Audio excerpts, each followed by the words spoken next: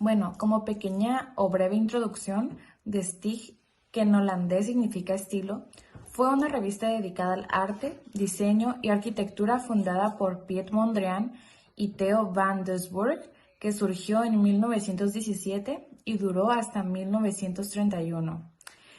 Este fue el órgano o el medio principal de difusión para las ideas de este movimiento, también conocido como neoplasticismo. Este fue uno de los movimientos que constituyó la base del movimiento moderno, del racionalismo y funcionalismo del diseño. Piet y Theo plantearon un arte que fuera abstracto y a la vez geométrico. Esta revista iba a reunir un número de artistas que compartirían ciertas ideas y actitudes que a la vez iban a constituir en un foro donde se iba a discutir el camino que el arte moderno iba a seguir e iba a su vez servir como órgano difusor de este nuevo arte. Esta revista, que promocionaba el neoplasticismo, fue una de las más influyentes de su tiempo, ya que tenían la finalidad de lograr un estilo válido que constituyera lo individual por lo universal. En ella, todos los artistas que colaboraban y que abogaban por un progreso radical de las artes publicaron en la revista críticas, teorías y manifiestos. De Stilg crea la renovación de la arquitectura moderna en Holanda, la cual se apoya esencialmente en el desarrollo de la técnica, la higiene, la economía y que persistió la posibilidad de construir más lógica, elemental y puramente que en otros días. Así como resaltó el arquitecto fundador, y cito: "Basta de imitar estilos viejos, basta de tipos clásicos que solo sirven para calcar y copiar indefinidamente los edificios", terminó de citar. Por eso, en este movimiento podemos ver que se creó una arquitectura antidecorativa, no monumental, abierta, elemental y que utiliza los colores primarios, más el blanco y el negro. Es importante destacar a los diferentes artistas que estuvieron asociados a De Stilg, como es el caso de los pintores Piet Mondrian, Bart Anthony van der Leck y Friedrich von den Berg Gilbert. Cabe mencionar al pintor y arquitecto Theo van Doesburg, fue quien propuso la fundación de la revista De Stilg, el diseñador de muebles y arquitecto Gerrit Rietveld, a los arquitectos y diseñadores Jacobus, Johannes Peter Out, Robert van Hoff, Jan Wils y Friedrich Kiesler, al pintor y diseñador Vilmos Huszar y a la decoradora de interiores Truus Schroeder. Los ideales de Stilg abarcaron prácticamente todo. Ellos pretendieron configurar la totalidad del mundo en el que se desarrolla la vida del ser humano. Sus artistas que trabajaron en esta revista fueron arquitectos, decoradores de muebles, artistas gráficos y escenográficos, los cuales produjeron una gran cantidad de obras que les mencionaremos más adelante. La intención del neoplasticismo es representar la totalidad de lo real, expresar la unidad de la naturaleza que nos ofrece experiencias cambiantes y caprichosas, pero que sin embargo es una regularidad absoluta. Sus principales características, tanto en pintura como arquitectura, buscan una coherencia estética, con la intención de que sea un movimiento inconfundible, la renovación estética y la configuración del nuevo orden armónico de valor universal. También buscan una depuración de las formas hasta llegar a sus formas esenciales y fundamentales, como lo son las líneas, planos y cubos, que se reflejan fácilmente en sus obras. En las imágenes se puede apreciar cómo tanto en el interior y exterior de las construcciones se juega únicamente con las líneas rectas, y ni hablar de las pinturas, que son equilibradas, ordenadas, optimistas y alegres. De esta forma podemos observar una estructuración a base de armonía de líneas y planos rectangulares de color de diversas proporciones. También cuentan con configuraciones verticales u horizontales, siempre formando ángulos rectos. Se trabaja en ritmos asimétricos, pero con un gran sentido de equilibrio.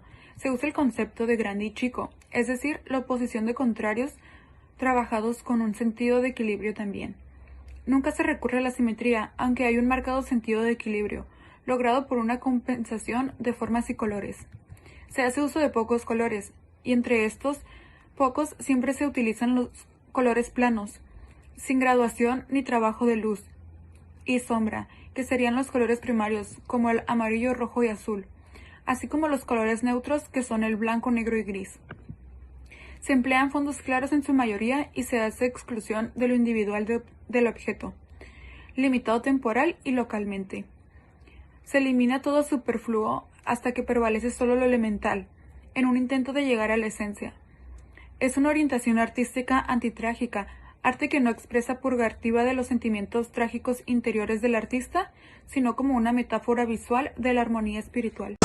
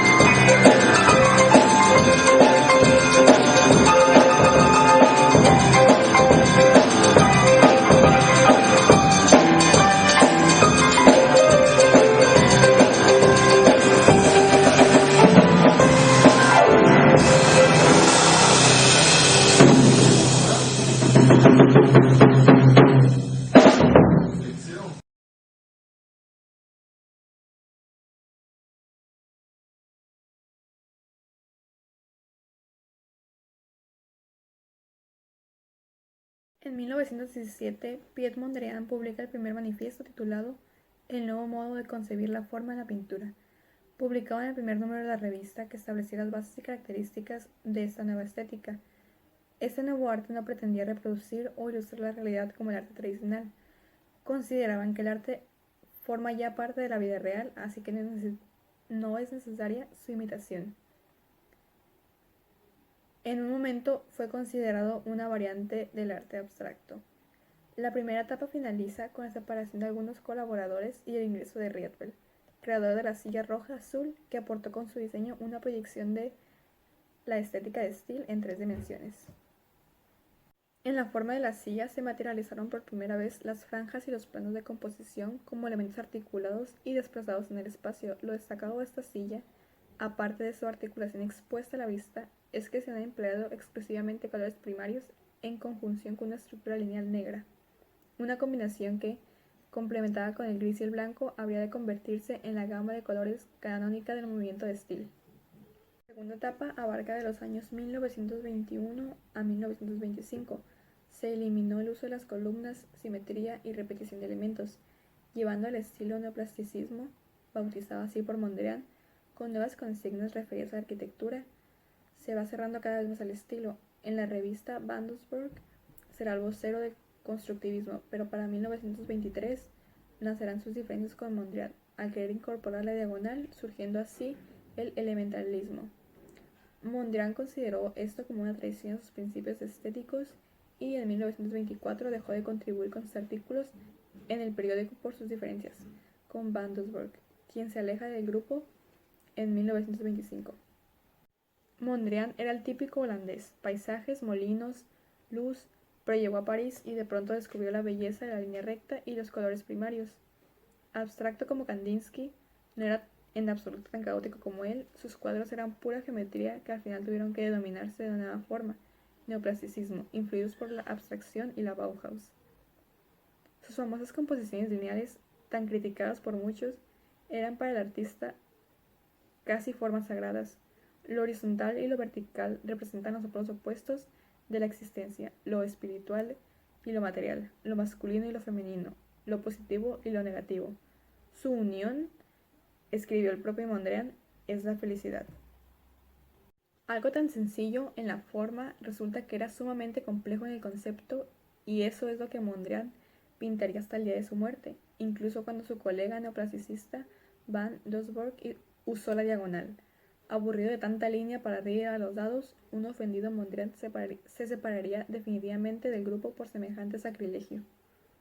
Los tres colores primarios, azul, rojo y amarillo, y los no colores, negro, gris y blanco, así como la representación de variaciones de la misma forma geométrica, son la base de este cuadro. Los artistas de Still estaban estrechamente relacionados con la Bauhaus de Weimar, que era donde estaba acabando sus estudios el joven Peter Keller. El profesor Theo van Doesburg había estado intentando inculcar a la gente el movimiento neoclasicista, y eso se nota bastante.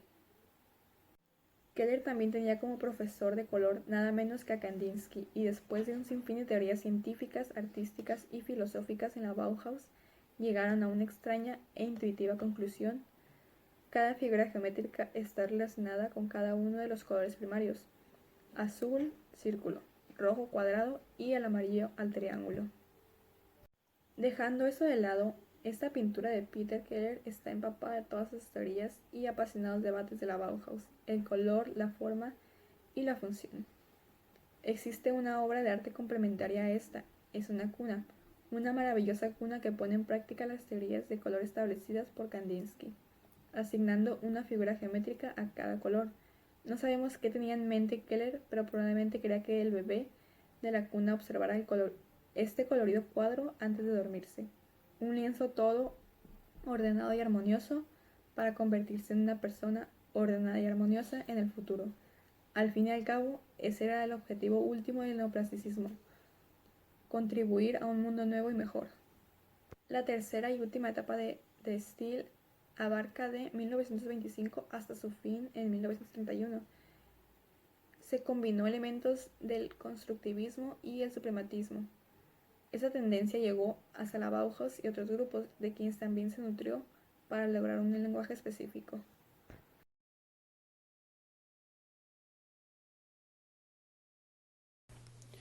Este movimiento se genera a través de una alianza entre varios arquitectos, diseñadores y artistas. Los representantes más importantes de este movimiento son Piet Mondrian y Gerrit Rietveld, ¿sí? Ambos pertenecientes a este grupo holandés llamado De Stijl.